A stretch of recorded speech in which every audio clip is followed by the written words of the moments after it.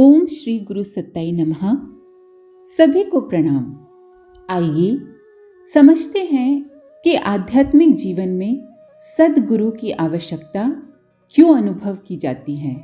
इसे यदि समझना हो तो उस पुण्य परंपरा पर दृष्टि डालनी होगी जिसने गुरु शिष्य के अंतर संबंधों को इतना सुदृढ़ और विकसित किया कि उससे आगे तथा उससे उच्चतर और कोई भूमिका ही शेष न हो।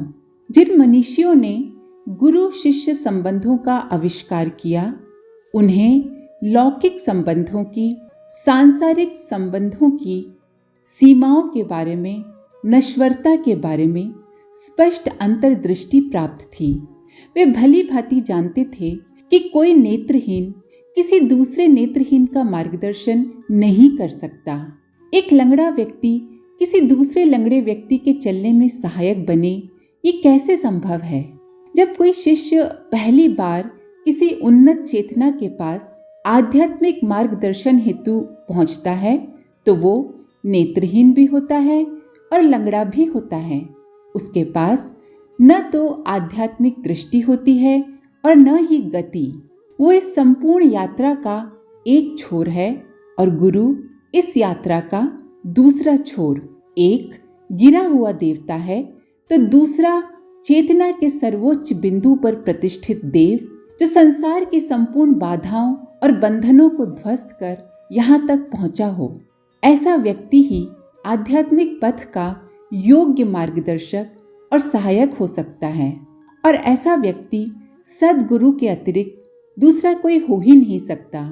शास्त्रकारों ने सद्गुरु का वंदन करते हुए उन्हें ब्रह्मा, विष्णु, महेश की उपमा दी है। परमानंददायक परब्रह्म कहा है।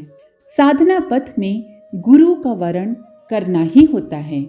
गु का अर्थ है अंधकार और र से अभिप्राय है प्रकाश। जो अंधकार से प्रकाश की ओर ले चले उसे ही गुरु कहते हैं।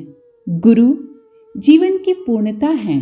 वह पवित्रता, शांति, प्रेम और ज्ञान की साक्षात प्रतिमूर्ति होते हैं और शिष्य के अंतःकरण में इन गुणों को प्रकट करने के उत्तरदायित्व को वहन करते हैं। जब कोई व्यक्ति इन विशेषताओं को अपने अंदर विकसित करना चाहता है तभी उसे गुरु की आवश्यकता महसूस होती है। गुरु भी दो हैं। एक गुरु तो अपनी अंतरात्मा के रूप में बैठा प्रेरणा प्रदान करता रहता है और दूसरा वो जिसे व्यक्ति के रूप में वरण किया जाता है। महत्ता दोनों की है। हमारी दृष्टि स्थूल है, इस कारण वह सूक्ष्म आत्म प्रेरणाओं को नहीं समझ पाती। आत्मबल को जगाने का काम गुरु ही करते हैं। अपने आत्मबल द्वारा वे शिष्य में ऐसी प्रेरणाएं भरते हैं जिससे शिष्य सन्मार्ग पर चल सके।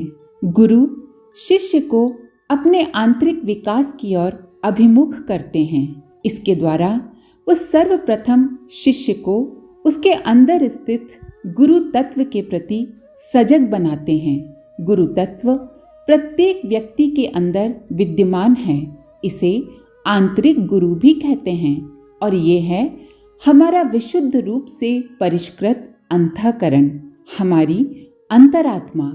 ये मनुष्य के संपूर्ण जीवन के समस्त क्रियाकलापों की साक्षी है तथा मनुष्य को उच्चतर आत्मज्ञान की ओर चलने की प्रेरणा भी देती रहती है। पर सर्वसाधारण जन अपनी ही उलझनों और समस्याओं से घिरे रहने के कारण उसकी आवाज को सुन नहीं पाते, समझ नहीं पाते और या फिर कभी कभी सुनकर भी अनसुना कर देते हैं।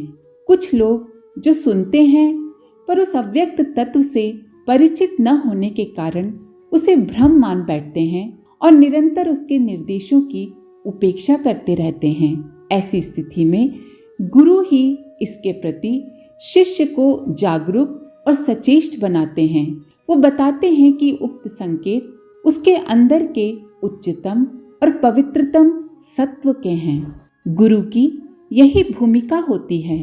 वह शिष्य को अंतःशक्ति से परिचित ही नहीं कराते वरन उसे जागृत एवं विकसित करने के हर संभव उपाय भी बताते हैं एवं अपनी शक्ति का, तप का एक अंश देकर साधक को आत्मबल से अनुग्रहित भी करते हैं। गुरु की समर्थता का लाभ साधक को आत्मबल और मनोबल के रूप में मिलता है, जो साधक को अवांछनीयताओं से लड़ने, अंतः विकारों को उखाड़ने की सामर्थ्य देता है। जिस शिष्य में आदर्शों एवं सिद्धांतों के प्रति जितनी अधिक निष्ठा होगी, वो गुरु के इस अनुदान से उतना ही अधिक लाभान्वित होता है। स्थूल गुरु हमारे अंदर जो गुरु तत्व है, ईश्वरीय अंश है, उसका मूर्तिमान प्रतीक है। कोई भी शिष्य गुरु के आदेशों और आदर्शों को तथा अपने कर्तव्यों और उत्तरदायित्वों को निष्ठापूर्वक पालन करके ही उस महान तत्व को समझ सकता है। गुरु भी इसके लिए सतत प्रयत्नशील रहते हैं, पर शिष्य के सहयोग के बिना उनका ये प्रयास फलीभूत नहीं होता। ये तो ऐसा ही होता है जैसे कि पथरीले जमीन में बीज बोआ जाए, जो कि निरर्थक चला जाता है। अपने आंतरिक गुरु को जगाने का सबसे सरल उपाय यही है कि हम बाह्य गुरु यानी कि स्थूल गुरु के प्रति सच्चे और ईमानदार बने। यदि मन की गहराइयों से हम ऐसा कर सके तो फिर यह कर्तव्य निष्ठा ही हमारी सर्वोत्तम साधना बन जाएगी। अध्यात्म में श्रद्धा और विश्वास सर्वोपरि है। शिष्य यदि उसे अपने अंतःकरण में धारण कर सके और गुरु के निर्देशानुसार चले, तो इतने भर से ही वह अध्यात्म तत्व ज्ञान के उस चरम सत्य की उपलब्धि कर सकता है, जिसे पाने के लिए अन्य लोगों को जन्मों तक परिश्रम करना पड़ता है। पर शिष्य को इसे अपना निजी उपार्जन मानने की भूल नहीं करना चाहिए। यथार्थ में इसके पीछे भी गुरु की ही भूमिका होती है, उनकी कृपा होती है। उनकी कृपा के बिना अपने अंदर के आत्मतत्व को जगाना संभव नहीं है। जब शिष्य के भीतर शक्ति का जागरण होता है, तो वास्तव में यह आंतरिक गुरु, आंतरिक चेतना का ही जागरण है। यही वो केंद्र है जिसकी खोज जिज्ञासु युगों से करते रहे हैं। बाह्य जगत में हम जिन सुखों के पीछे भागते रहते हैं, वे भ्रम के अलावा और कुछ नहीं हैं। इसके विपरीत हमारा आंतरिक गुरु परमानंद का अनंत स्रोत है। यथार्थ में उसकी खोज करते करते ही हम भौतिक जीवन से सुख की अपेक्षा करने लगते हैं। अपनी अज्ञानता और माया के कारण हम बाह्य जगत में सुख ढूंढने का प्रयास करते हैं। भ्रमवश हम उसे भौतिक वस्तु या किसी मनुष्य से संबद्ध मान बैठते हैं और उसमें सुख प्राप्त करने के लिए उस वस्तु या उस व्यक्ति के पीछे पीछे भागते रहते हैं। क्षणिक सुख मिलता भी है, पर जल्दी ही हम फिर से निराश हो जाते हैं और उस निराशा से उबरने के लिए कहीं और आनंद की खोज करने लगते हैं। ये सिलसिला तब तक चलता रहता है जब तक मनुष्य की भेंट सत्य का साक्षात्कार कर चुके किसी महापुरुष से, किसी सद्गुरु से ना हो जाए। यदि गुरु से शिष्य का संबंध वास्तविक और गहरा है, तो ही शिष्य अपने आंतरिक गुरु तत्व से संबंध विकसित करने में सक्षम होता है। बाह्य गुरु से संबंध विकसित होने के साथ साथ आंतरिक गुरु के साथ शिष्य का संपर्क सजीव, साकार और सुस्पष्ट होने लगता है और इस प्रकार गुरु तत्व प्रकट होने लगता है। गुरु शिष्य परंपरा में शक्तिपात, शक्ति हस्तांतरण की एक महत्वपूर्ण प्रक्रिया है। ऐसा समझा जाता है कि योग्य गुरु अपनी उपार्जित शक्ति का एक अंश अपने शिष्य को देकर उसे समर्थ बना देने में सक्षम होते हैं, लेकिन आधार समर्थ होने, पात्रता विकसित होने पर ही यह संभव है। कमजोर आधार या अपात्र शिष्य अंशदान में मिली वो शक्ति बर्दाश्त नहीं कर सकेंगे और उल्टे अपना अहित कर बैठेंगे। इसीलिए गुरु उन्हें इस प्रक्रिया द्वारा शक्ति प्रदान करेंगे, ऐसी आशा अपात्र शिष्यों को नहीं करनी चाहिए। उनके लिए सामर्थ्यवान बनने का, गुरु की कृपा का पात्र बनने का सबसे सरल तरीका यही है कि वे गुरु चरणों में आत्मसमर्पण कर दें और गुरु की इच्छा में ही अपनी इच्छा माने एवं उनके संतोष में अपना संतोष। शिष्य जब अपने आप को संपूर्ण रूप से सद्गुरु में विसर्जित कर देता है तो वो महसूस करता है कि एक अज्ञात शक्ति निरंतर उसका सहयोग कर रही है, न सिर्फ भौतिक क्षेत्र में वरन आत्मिक प्रगति में भी।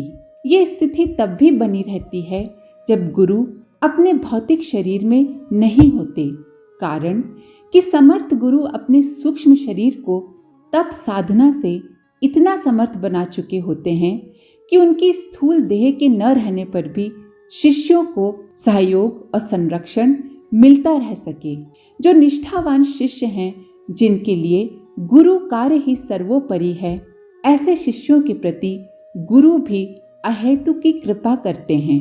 उन्हें अपना संरक्षण मार्गदर्शन ही नहीं देते, अपितु उनके आत्मोत्थान की सुनिश्चित गारंटी भी प्रदान करते हैं। इससे कोई फर्क नहीं पड़ता कि वे संसार में अब हैं या नहीं, कारण कि आत्मज्ञान प्राप्त गुरु कभी मरते नहीं, उनका सिर्फ परमात्मा में विलय होता है। लेकिन अभिन्न हृदय शिष्यों की आत्मिक प्रगति तक वे प्रतीक्षा करते रहते हैं। यहाँ ये स्पष्ट कर देना अनुचित न होगा कि आखिर ये अभिन्न हृदय शिष्य हैं कौन। क्या वे शिष्य जो अपने गुरु से स्नेह का दंभ भरते हैं, या वे जो उनके आदर्शों का बखान मात्र करते हैं पर अपने आचरण में नहीं उतारते, अथवा वे शिष्य जो हर वक्त दीनहीन बने रहते हैं। निश्चय ही इनमें से कोई भी नहीं। अभिन्न हृदय शिष्य के नापतोल का पैमाना दूसरा है। सद्गुरु देखते हैं कि उनके कार्यों को कौन कितनी तत्परता और निष्ठा पूर्वक करता है और कौन उसकी मात्र खाना पूर्ति कर रहा है। उनकी दृष्टि में वह शिष्य प्रिय है जो उनके आदर्शों पर चलकर निरंतर उनके कार्यों को आगे बढ़ाने में संलग्न रहता है। ऐसे ही शिष्य उनके अंतरंग होते हैं, उन्हीं पर उनका विशेष अनुग्रह बरसता है। हर व्यक्ति के अंदर शक्ति का एक स्रोत है जो स्वयं को प्रकट करने हेतु फूटना चाहता है। इस शक्ति के एक अंश की अभिव्यक्ति के परिणाम स्वरूप ही हम सोचते, अनुभव करते एवं कार्य करते हैं, किंतु इसके अतिरिक्त इसका एक बहुत बड़ा भाग सुषुप्त स्थिति में पड़ा रहता है। जब गुरु कृपा से ये शक्ति जागृत होकर एक स्वरूप लेती है तो इसकी तुलना एक बांध की दीवार के टूटने से की जा सकती है। जिस प्रकार बांध की दीवार टूटने से उसका सारा जल तीव्र वेग से बहता हुआ मार्ग में आने वाले अवरोधों को तोड़ता फोड़ता चलता है और रास्ता अगर साफ हो तो संपूर्ण जल राशि बिना किसी नुकसान के शांतिपूर्वक प्रवाहित हो जाती है, लगभग ऐसी ही स्थिति मनुष्य के अंदर शक्ति के स्वाभाविक एकत्रीकरण, स्थानांतरण एवं विस्फोट के समय घटित होती है। सर्वप्रथम हमें यह स्वीकार करना चाहिए कि ये शक्ति किसी भी व्यक्ति में किसी भी समय जागृत होकर प्रकट हो सकती है। मनोभूमि के स्वच्छ होने पर ऐसे समय आनंद की अनुभूति होती है, पर अगर मनोभूमि मलिन और बुरे संस्कारों से युक्त हो तो बहुत कष्ट होता है, और ये कष्ट बीमारी, मानसिक वेदना, निराशा अथवा उदासी के रूप में प्रकट हो सकती है। जब सद्गुरु इस प्रक्रिया को नियंत्रित करते हैं तब शक्ति चक्र का विघटन असंतुलित प्रवाह की तरह न होकर संतुलित ढंग से होता है, जिससे शिष्य को किसी प्रकार की पीड़ा का आभास नहीं होता, और यदि होता है तो इतना कम जिसे वो आसानी से हंसते हंसते झेल सके, और इसके साथ ही उसके अंदर का रूपांतरण आरंभ हो जाता है। इस प्रकार शिष्य का विकास सद्गुरु के मार्गदर्शन में सुनियोजित ढंग से धीरे धीरे होने लगता है। सक्षम गुरु न हो तो ये विकास यात्रा बाधित होती है और कष्टकारी बनती है। अतएव अध्यात्म पथ के प्रत्येक पथिक को एक ऐसे अनुभवी मार्गदर्शक की आवश्यकता पड़ती है जो उसके प्रगति प्रवाह को निर्बाध रूप से बनाए रख सकने में सहायक हो सके और अंततः उसके भीतर के गुरु तत्व से उसका साक्षात्कार करा सके। इसीलिए किसी को भी गुरु बनाने से पहले अच्छी तरह परख लीजिए और जब हर प्रकार से संतुष्टि हो जाए तब पूर्ण समर्पण कर दीजिए। गुरु शिष्य संबंध दृढ़ निष्ठा, श्रद्धा और विश्वास पर आधारित है। धीरे धीरे यही श्रद्धा, यही विश्वास, यही निष्ठा रूपांतरित होती जाती है और जब वो पूर्ण प्रगाढ़ हो जाती है तो संपूर्ण गुरु तत्व शिष्य में संचारित हो जाता है और फिर शिष्य साधारण नहीं, असाधारण बन जाता है, महामानव बन जाता है। आज के लिए इतना ही। अपने विचार कमेंट बॉक्स में जरूर लिखें। आप सभी का धन्यवाद। ओम शांति। हमारे YouTube चैनल को सब्सक्राइब करें और बेल आइकन को दबाकर ऑल पर क्लिक करें ताकि आने वाले सभी वीडियोस की नोटिफिकेशन आपको मिलती रहे।